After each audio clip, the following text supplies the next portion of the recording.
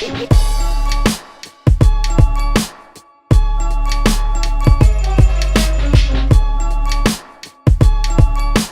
to BUA LE BATHO, and today Rinalo and Amma on the podcast.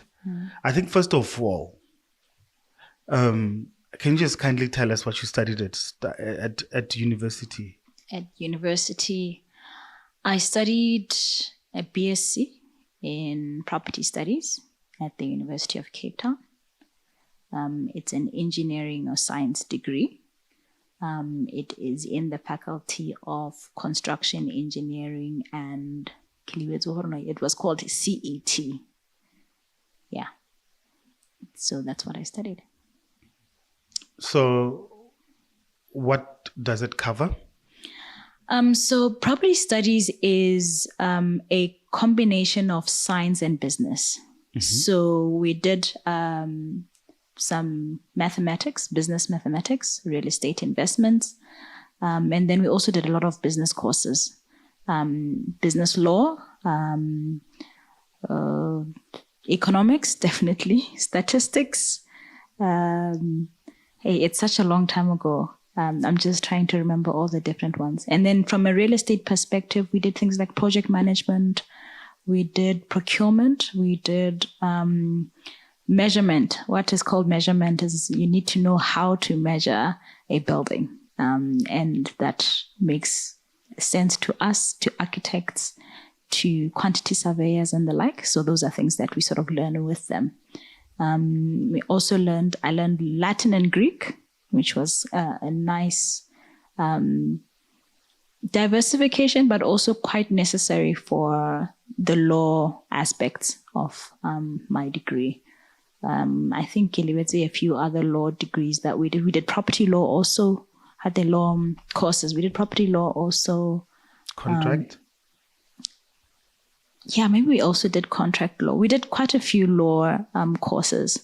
And then there was one called Thinking About Business, which was a more open discussion on different ways that businesses are run and how you should think about how business can be implemented. I think that was my favorite in terms of just how it managed to open my mind.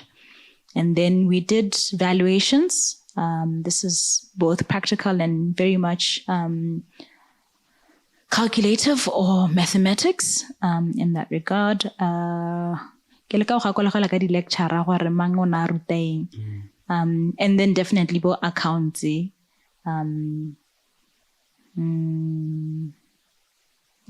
think those are the different courses. So we did like 21 courses a semester. We did about 30 minutes on it from the construction faculty, 30 minutes at the business faculty. I hear you. So from all of the training, then what were the possible employment opportunities for somebody with a qualification like yours? Oh, wow. With ours, there was plenty. Hey, there was plenty. You could cover different industries. So the first industry that obviously is the real estate industry, mm-hmm. which is Botswana, the most common one that a lot of people have chosen around valuation, property management, agency, and auctioneering. So those things are standard covered. Anybody can be able to do them. And then there is the investment industry where you can go into lending. You can go into structuring, lending, you can go into structuring real estate finance or real estate investment. Mm-hmm. You can go into looking at policy, delivery of homes or infrastructure, how investment is done and how it is recovered. There's so much that you can be able to get into. You can get into banking outright. You can go into research to facilitate the creation of different types of, because with real estate, it is a part of people's lives.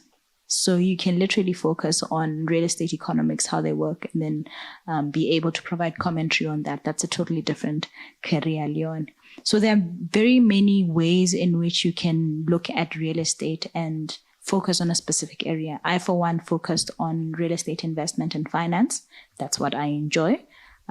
So I'm able to look at how real estate operates in the finance sector, in investment, and look at different tools that enable finance and investment.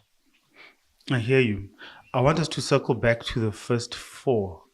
The first four ones that you said are quite common in Botswana. Agency, valuation, and just take me through them just to let us know how agency, this is what we mean, how property management, this is what we mean, how valuation. Yeah. All right. So agency, like any other industry, is talking about being the middleman in a trade process.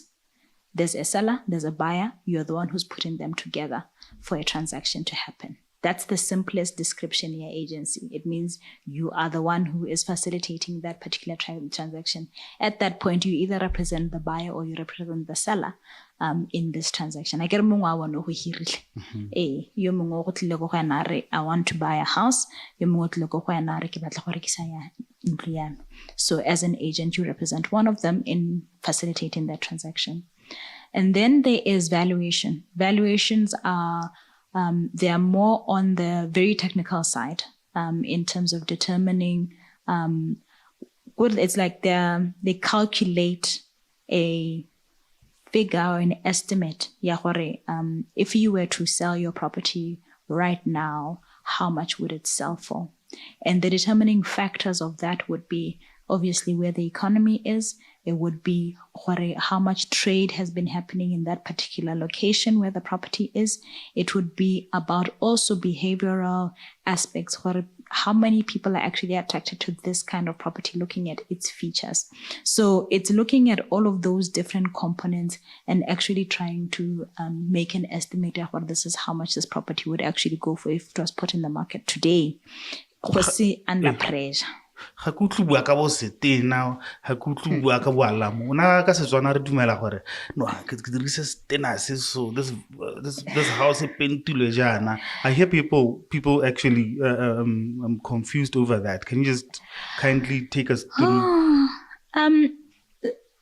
There has never been anybody who has walked through a house and asked for setena se. No one. No one has ever asked that question or has made that determinant or used that factor as a determinant of whether they buy the property. Remember, when you buy a property, especially let's say a house, because a lot of people can relate to Ndlu. You're looking at, can I live here? Right? Is it convenient for me and my family? Right?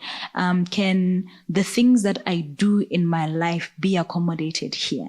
Let's say you're a small home, you look at, okay, fine, can my kids be accommodated here? Is it safe for my children to be here? And all of that. So you make decisions based on those other fundamental things that people use to make decisions on whether or not to buy a property. Ya gore setena go dirisitswe Facebook kana go dirisitswe 4.5 kana eng, those are just things that they are nice for discussion, but when it comes to when you are now looking for a house, that becomes a very secondary thing for you to be thinking about, especially when you are now you are putting your own money in this thing, and this is something that you're going to live in. So that becomes a determining factor. So half of the time, or a lot of the time, people would say,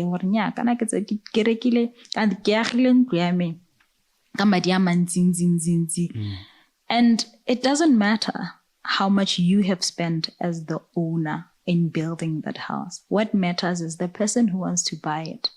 What value do they attach to the features in that house? If it's 3-bedroom, and when we are like a stock breaking, you have 3-bedroom, we are like a Facebook, and they're exactly the same. Which one would the person prefer to buy? Good, it just comes down to that.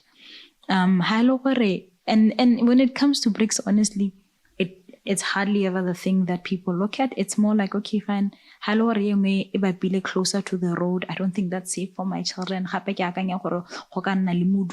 So maybe could be a little bit more secure. Those are things that people think about. Garden versus paving. A very beautiful garden. But this is high maintenance. I pave.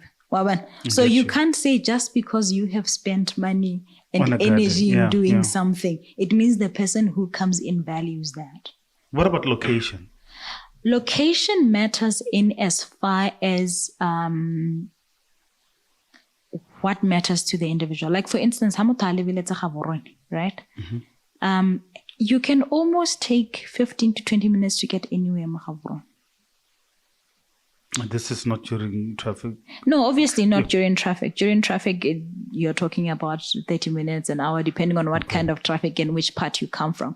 But hella, when everything is normal, it would typically take you 15, 20 minutes to get anywhere. And there's always a school, there's always a clinic. Yes. So in terms of the perception, your location, it is really determined on what are the aspirations of the person who is buying. Right? For instance, in my life, I want to be perceived to be wealthy, or I aspire to be wealthy. There are neighborhoods that I feel like those are the neighborhoods I must live in. I know what you mean. And therefore, I am prepared to pay extra to live in that neighborhood. Right? So that's where it makes a difference. I'm prepared, and there's many of us who may be prepared to pay more. There's many of us who may afford to pay more to live in that particular neighborhood, right? So that is the thing that makes a difference between one neighborhood and another. But to perceive that neighborhood to give them what value, because value may not be the house, it is status. That's what I'm prepared to pay for. But fundamentally, when you're looking at other countries, there is a big difference in terms of how location comes into play. Location in some other countries, dikolo, netliniki, access to public transport, and all of these things that affect their quality of life. And hence, other neighborhoods would fundamentally be cheaper to buy in, not out of perception, therefore I belong there too, but I will not have access to certain services. Therefore, the further you are from certain services, the lower the price of the property. So those are the fundamental things that create that difference between one location and another. Could be just pure perception, or that created environment, or it could be reality. Certain services are just not available in certain areas. I think Botswana and surroundings. You may have seen further places between where people have chosen the land more is too expensive. I would rather go and build my big house because the land is cheaper there. But I will get exactly the same services, exactly the same facilities. So in that case, the location doesn't matter much because I'll still get all the service system. I hear you. You were talking about, what were the other four? The other one, property management. Yeah. So property management, property as an investment, generate the income. Generate the income, spend amount. So a property manager is somebody who is the manager of that business. You have bought or have built multiple properties, residential, commercial, whatever the types are. And because you want to have an investment, then you bring a property manager to say, how do we make sure that we make maximum revenue, minimum expenses, better return? That's really what a property manager is there for. So in most cases, their day-to-day activities would be collecting the rental, making sure for maintenance on the property, making sure you get leases, negotiating on your behalf and all of that. That's day to day. But from the fundamental, the overarching oversight that they provide, created the budget, your property, ba itse gore tshwantse re perform yang, ba go neele report ya gore perform yang as a property. When is it time for you to sell it? As an investment, just like anything, it's time to let it go and invest your money in something else. Those are things that a property manager is supposed to be able to do. That's what's up. Yeah, the last one. The last one, auctioneering. Auctioneering is not too. It's not too different from any other auctioneering service. Hela ya ka motaka auctiona dikoloi ya ka auctiona ditafola ka auctiona ke palabala hela ya Setswana gore hela it's related to the asset that is real estate. And the difference with real estate is that house na no bidder ha gona gore ka ikuka wa tsenya mo koloing wa tsamaya ka yone. So obviously melao ya gore how does it get transferred to you and how is that auction supposed to be carried out. So an auctioneer can assist with that and make sure that property is sold. Oh, that's great, interesting stuff. Lawyers have the Law Society. I believe that you guys have, is it RIAC and RIB, which are oversight bodies, or are they membership for people who studied something property related? Okay. I believe that you've served in one. Yes. So the Real Estate Institution of Botswana, that one is a voluntary association of professionals. So it's not mandatory, like it's not mandatory. Law It's not mandatory as such. In its registration, it's a voluntary association, but it is made mandatory by the regulator, who says for you to be a registered member to practice in this country, you need to be a member of a professional body, and this is the professional body that we prescribe. Wait, which regulator is that? RIAC. So RIAC is the regulator. What does RIAC stand for? Real Estate Advisory Council. Oh, okay. So the Real Estate Advisory Council fundamentally has been set up as the advisor of government when it comes to anything that has to do with real estate. As such, then they become the regulators of the real estate industry and practitioners in the real estate profession to protect the consumer and the public in all the transactions the real estate professionals. From all of some of these dicey adverts that we see on social media. That's the responsibility of RIAC. Look, there's nothing wrong with buying as a collective. The problem always comes in no, I mean where like they're duped into it.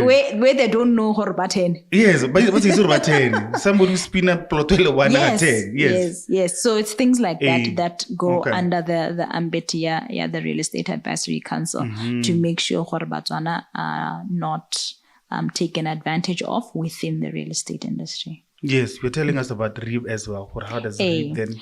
So RIB as an association is really an association of practitioners, people who are practicing in the real estate industry.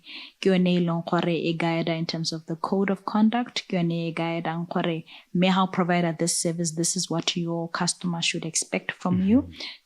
Provide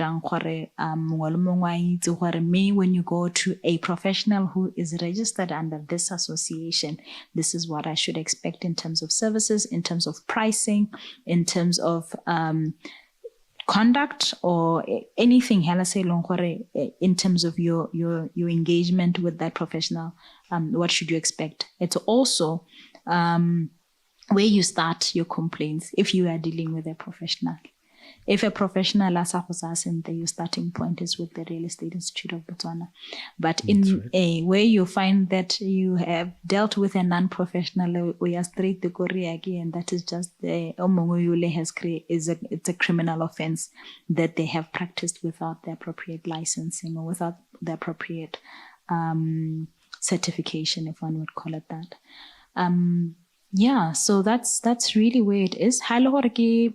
Real estate professionals. Then there is a process that professional through disciplinary hearing or whichever way, and then you're able to get recourse. It's something that is escalated to the Real Estate Advisory Council for you to be able to gain, especially if you have suffered any damages. All professionals have to have professional indemnity, which you can have a claim against. And then there is also a fidelity fund, which is also where with regard to a professional, at least and then they get disbarred. Oh, interesting. I think over the past 20 years or even more, we've seen, probably even more, because Gaborone is almost, I don't know how many times bigger than it was in the 80s. Yeah. Because I'm starting from the 80s up till now, which means, or maybe over the past 40 years, we've seen like a growth in Botswana. For as long as I can remember, since I started reading newspapers, there was this thing called the property bubble that's supposed to burst. Even now, I don't think it was. There's nothing happening to it. We see properties being built, or is it the rural-urban migration that's now filling the number? But the whole thing, or at least how I understood it, was that with the rising prices of rentals and of houses, more Botswana, or specifically Gaborone, we're going to see them crumble at some point. Can you just please dispel, is it a fallacy or is it something that's true or it's yet to happen?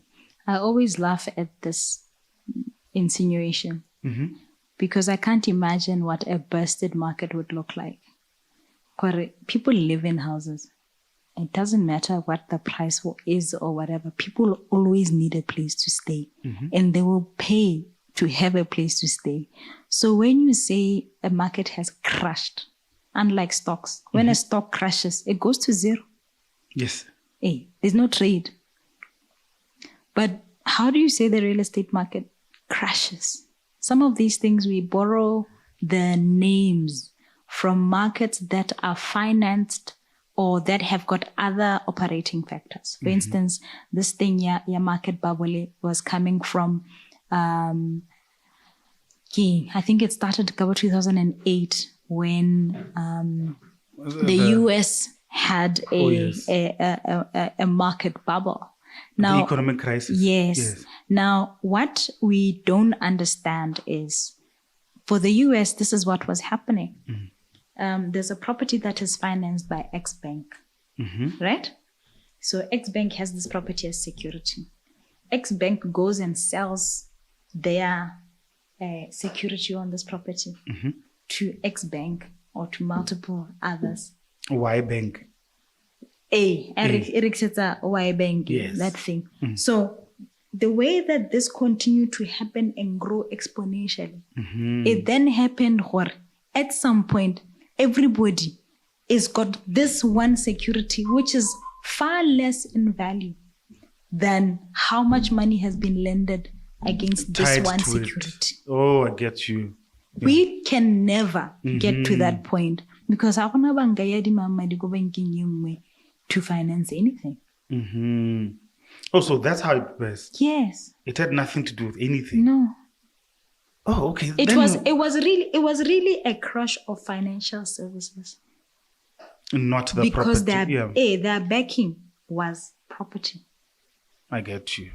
You. Oh, okay. But for as long as there are people who need accommodation, somebody will be willing to pay for a house to live in. Of course.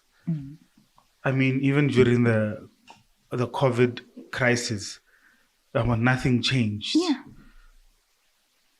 Yeah. Gape ha o lebeletse hela mo Botswana in terms of kore mo gongwe we must just understand gore the economy is cyclical and therefore every industry, every sector of the economy is cyclical.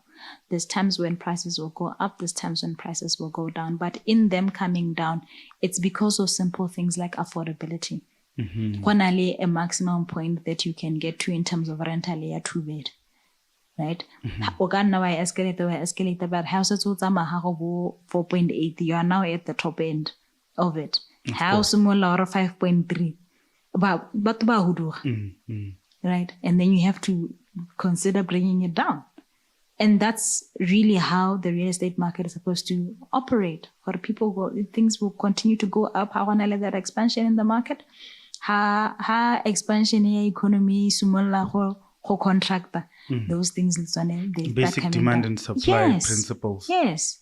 So the real estate industry is not any different. It lags a little bit because by the time you realize you can't afford, there's a lot of things that you've already started cutting off. Accommodation is not the first thing that you will cut off. So in terms of when the real estate market feels the economy, generally maybe a year or 2 years after the rest of the sectors have already started feeling the pinch. Oh, that's what's up. So basically, now I think turning to the nature of the market, I think the trends that are happening in the market and where you see this particular, maybe not the market, but the industry, what could you say could be some of the things that you could maybe say to somebody who's actually considering venturing into it as a career? As a career, like I said, Botswana, the concentration is a lot in these 4 areas. And highly in these 4 areas, there is definitely a need for people to innovate and diversify and look for different opportunities that serve this very same market. So if one is looking at going in, I would say, first of all, try and understand where there are gaps that you can fill, where there are opportunities. Ghana, we need to understand that when you're a service provider, you always have to look for an opportunity. Or where are people not being served? What is making people dissatisfied about a specific thing? And can I provide it as a business? It's for you to be employed. You would know by now where unemployment, our sector suffers quite a bit in that regard, because for our sector to grow, we have a lot of firms, because Molomwe can have their own practice. Their own practice when they get to a certain level. So that means we have a lot of small practices that feed 1 or 2 families, right? And that's not great for a graduate. Because if we've got 3 or 2 professionals who are working together, a graduate is probably needed when there's a big project after that. That's it. Thank you very much. All right. So for you to be sustainably employed, there has to be value that you're bringing maybe to that enterprise, or value that you're bringing to the market as a whole. Okay, within the industry. Simple things like, everybody have feel, I don't know, but Baba feeling the application is the loan. It's the most frustrating thing to do. For whether it's a building loan, to purchase, to what, it's frustrating. It's also very it's overwhelming for somebody who has never done it. Why wasn't there anybody who wants to get in there and be like, okay, guys, listen, I'll make sure that we collate all of the documentation that you need and all of that, and you pay me a small fee. That's available. Okay, fine. There's simple things like in other markets, there's something called mortgage origination. We don't have mortgage origination. Market what? Mortgage origination. That means a business that is set up to compare different mortgage facilities and provide you as a consumer the best package. Atsama from bank A to bank B. Yes. We don't have mortgage origination in Botswana. Kile ka utlwa historically go tenya because the bank don't want to work with mortgage originators in Botswana. And my question is why? Is it something that's done in other countries? Yes, even in South Africa there's mortgage originators. I know that there's one for insurances in South Africa. There is mortgage originators in many countries. Oh, okay, that's interesting. Where literally what they do is they look at the different, even like different platforms that provide mortgage origination, where you submit your documents and then they go and find you the best loan. That's available. That can be done. It's not available here. So in a simple thing, I would say people need to understand, okay, fine, this is the market. What do I enjoy, first of all? And what can I do for people? There's also training. There's many things that you can do in the real estate industry. But like I said, people focus on these four. It's a lovely thing. The other thing would be looking at, we don't have a lot of different types of loan structures. Loan structures. Okay, loan structures. Mongolo yo financing to buy a property. Chances are the loan is either fixed to the it's fixed and linked to the prime rate, right? And that structure is everybody's. It's either 20 years, 25 years, 30 years fixed to hormone. And then you have got for businesses where you can have the possibility of interest only loans and like that. But there's flexibility, like there should be flexibility in the financing space. Why isn't anybody setting up something that can offer that flexibility for how much tough interest taking your loan repayments data structure ka tsela entseng jana ha go siama gore ala gore re tla charge a premium because of the loss that we had during the tough times, you know. So those are just, isn't it safer for the financial institutions? High risk, high return. So it's safer for them. It guarantees them, but there's an opportunity. Yeah. I think I agree. Hey, there's an opportunity, because when times are tough, there's no point in offering a fixed loan for me to default. Allow me to have the opportunity, and then when things are all well, ruina road. You know, at the end of the day. From 2022. Hey, yeah, I know a lot of guys. That bit. So it's those kinds of things that I think there's great opportunity for people in this sector to look at and say, okay, fine, this is something that we can try and focus on and deliver a solution for Botswana. Oh, no, definitely. Okay, now, can we talk about you? Where do you want to start? I remember there was this one time I bumped into you at an event at the golf club. And then I was with a friend of mine. I told her that you had just written a book in one. I think a copy went for 21,000. Oh, can you tell us about that? Okay. So when I set up my business, I set it up as a real estate research and consulting firm. And the research was for decision makers, high level decision makers, your banks, your development corporations. Can I just come in there just for a moment? Hold that thought. So you can actually register a company without being affiliated to the other two bodies, RIAC and RIB? You can, depends on what it does. I know that there's a certain amount of time that you should be practicing as a lawyer for before you can set up your own firm. Do you guys have any anything like that? To practice as those four. Okay. For agency, you need to be under probation for a year. For the other three, you need to be in probation for 2 years. Okay. Yeah. No, that's fine. Yes, your company setting up as a research. So I set up as a research and consulting firm. The core thing was, even before that, we were doing advisory services to different institutions and high net worth individuals. So I needed to explore a way to monetize the research that we already had. That was the coming of that research journal. Hey, I don't like it being called a book because it's not a book. It's like a report of some kind. Oh, okay. Yeah, gore go diragala mo marketeng. Nna ke buile Setswana hela. Hey, I know. So that was I think we did it for, that was, I think, 2014. Yeah, somewhere there about. So we did 2014, 15, 16, 17. And from 2015, we made it digital. And this is because people, one company would buy it and then they would and then photocopy and all of that, and then we lose out on the sales.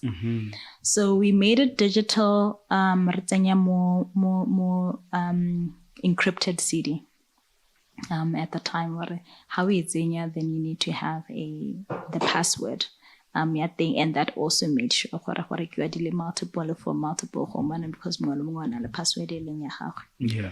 And that really then transitioned to, okay, producing this thing may not be the best way for us to monetize. And then that went into the research that we then started to look at in terms of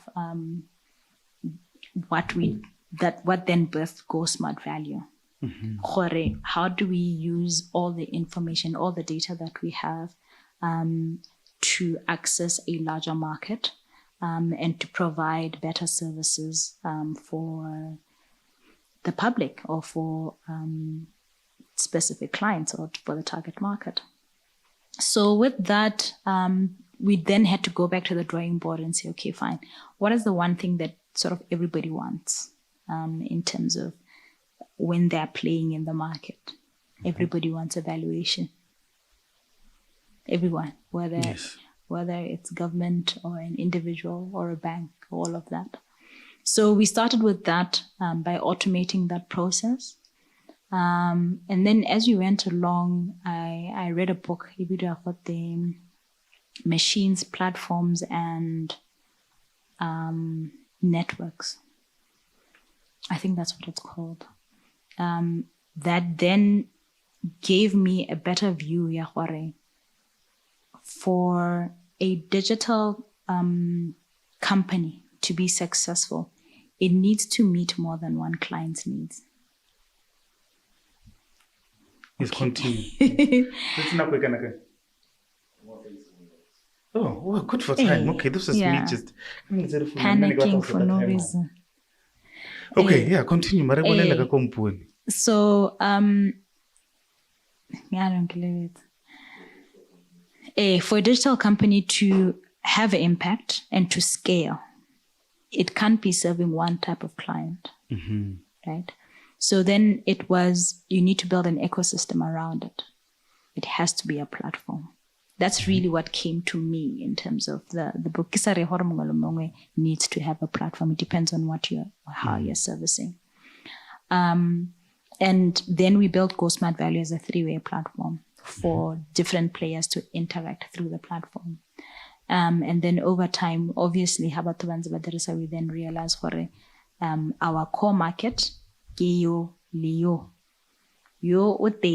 but the people who are our target, the people who make our business work, is these two players. And that's really how we've gotten here.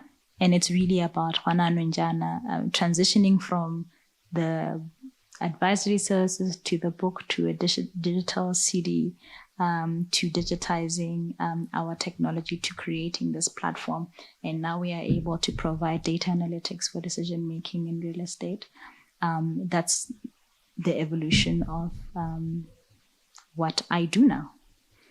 Would you say that this is the future of your industry? I think there's more to the future of our industry. What we are touching is not even a fragment of what is available in the market.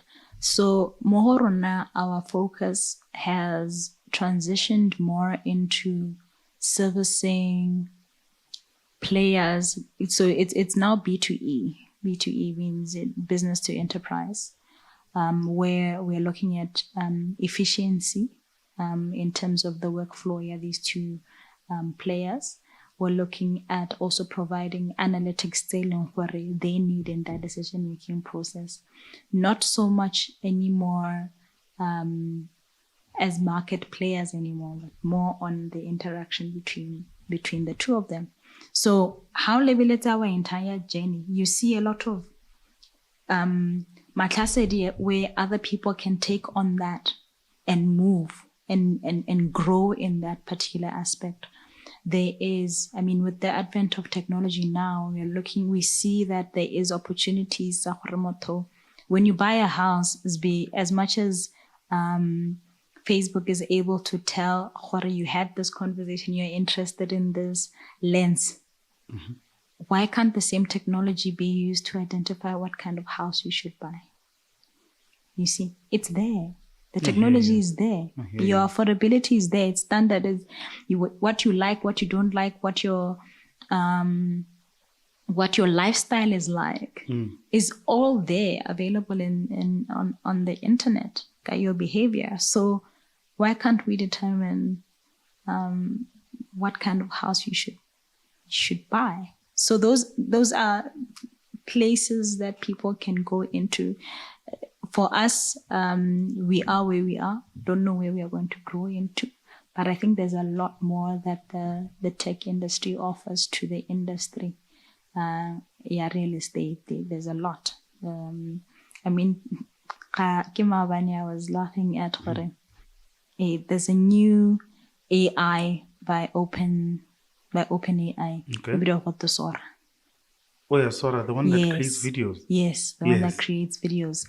And I'm like, this doesn't end. There's just so much that keeps on coming up. ChatGPT was causing madness beginning of last year. Actually, over the past, is it 2 or 3 years, there's never been so much ideation of new AIs, and there's thousands of them formed daily. Yeah. There's this other channel that I watch. AI now. Yeah, and are you saying that we should embrace AI instead of being scared of it? Because in other industries, we always hear these things, especially towards the financial sector. There's this thing of accountants being afraid that jobs are going to be taken by this new wave of AI, and all of those things. Should we see it as something that we could embrace and then maybe add on to our businesses to enhance? Beginning of this week, I saw a newspaper poster of teachers protesting against the use of calculators in schools in I don't know what year it was, in the UK. The use of a calculator. Oh, back then when calculators were introduced. Yes. My word. This is exactly where we are, where technology can, whether it's AI or whatever, it helps you process. It can never be you, but it's a tool. We need to look at technology, or we need to look at AI as a tool. And when you look at it as a tool, then you ask yourself, okay, what can I use this tool for so that I can get my life back? I think it was during COVID when I was reading about the origins of work, just work. Why do we like work so much? And work was created by the need, economic capability. And then there were the what of production? Yes. Something of production. How social studies. You want to take me back to school? Yes. And labor. Factors of production. Labor was one of the factors of production. Is one of the factors of production. And we are so stuck on being the factor of production that even when you can have something else take on the factor of production and still have the production and still benefit from the production, we don't know. Meanwhile, we are not meant to be factors of production. We're human beings. We're meant to live life. women, everybody, the COVID, well, let me not say everybody because some people were suffering. They didn't want to be home. But we really enjoyed the time that we had with our families. And a lot of people made decisions to spend more time with their families coming from there. Isn't that the direction we should be moving into? Economy drive. Drive doesn't mean we have completely neglected our responsibility to make sure that it's successful or production. It just means our input should be small such that we can live the rest of our lives. You can work 4 hours a week. Is everything still working the way that it's supposed to work? And you still have production, you still have spending power. And when that happens, can you imagine how much the economy would move? Because we now have got the spending capability. We are now spending time with our kids. We are now going out. We are now enjoying life, as it were. So the idea or something is going to take my job, the question is, when it takes your job, what are you going to do with your own life? I'm pretty okay with technology taking my job as long as I'm controlling the technology. Because it replacing me is exactly the goal I want. So that I can benefit from the production without it taking my time or my energy. I can do other things. I can go skydiving. I can go scuba diving. I can go do things in life that right now I'm not able to do. Oh, that's what's up. Suppose you were addressing a young kid who finds themselves maybe passionate about the real estate industry and who would like to pursue it as a career. Maybe first of all, the types of the prerequisites of the actual training when you get to tertiary school. But training in terms of which courses, level of physics, what are the add-ons, and stuff like that. What would make you favorable? Just to give a bit of some career advice to maybe some of our audience who are still students at school and who have the chance maybe to still curate their futures. Real estate sometimes belongs to different faculties, right? It can be a BCom degree. What's a BCom? Bachelor of Commerce. So that's a business degree. And that means its focus is more on the commercial side of things. Get you. And a lot of the real estate courses in Botswana are BCom degrees. So that would mean, I would think, that the requirements there would possibly be your maths, your English. I don't think there's much more in terms of the BCom degree. Maybe economics, but I can't guarantee. But maths definitely, the English. For the science degrees, back then, it was physics, it was maths, it was English. Those were the things that you needed to have, if I remember well, that you needed to have for you to qualify in there, because it's an engineering degree. So they are different in that regard. I do know that there are some schools globally that have it as a BA, it's a Bachelor of Arts, where the focus is now, you must have, I think it's English and other arts-related subjects. And the key thing is, when you decide that you want to go into real estate, you really need to think about what of real estate you really enjoy. Because more would be a complete waste of time. For instance, if what you enjoy is selling houses, then you just need a certificate. How to degree? You just need a certificate in real estate. But we need to move.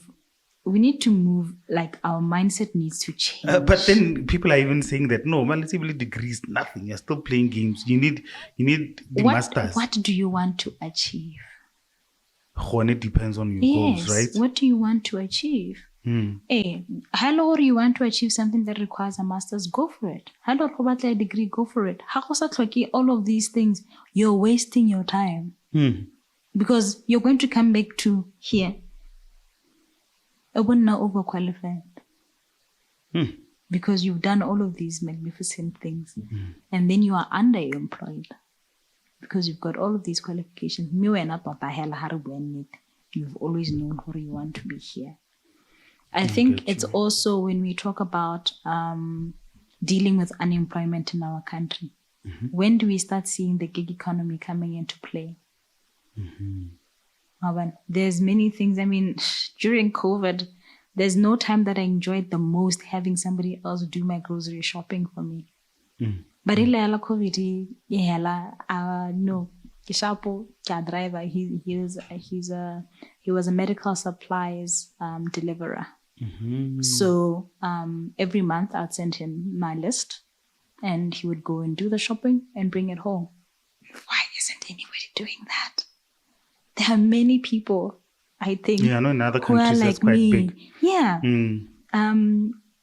Yes, we did pick and drop with the things, and the like. But I think there's a lot of things picking up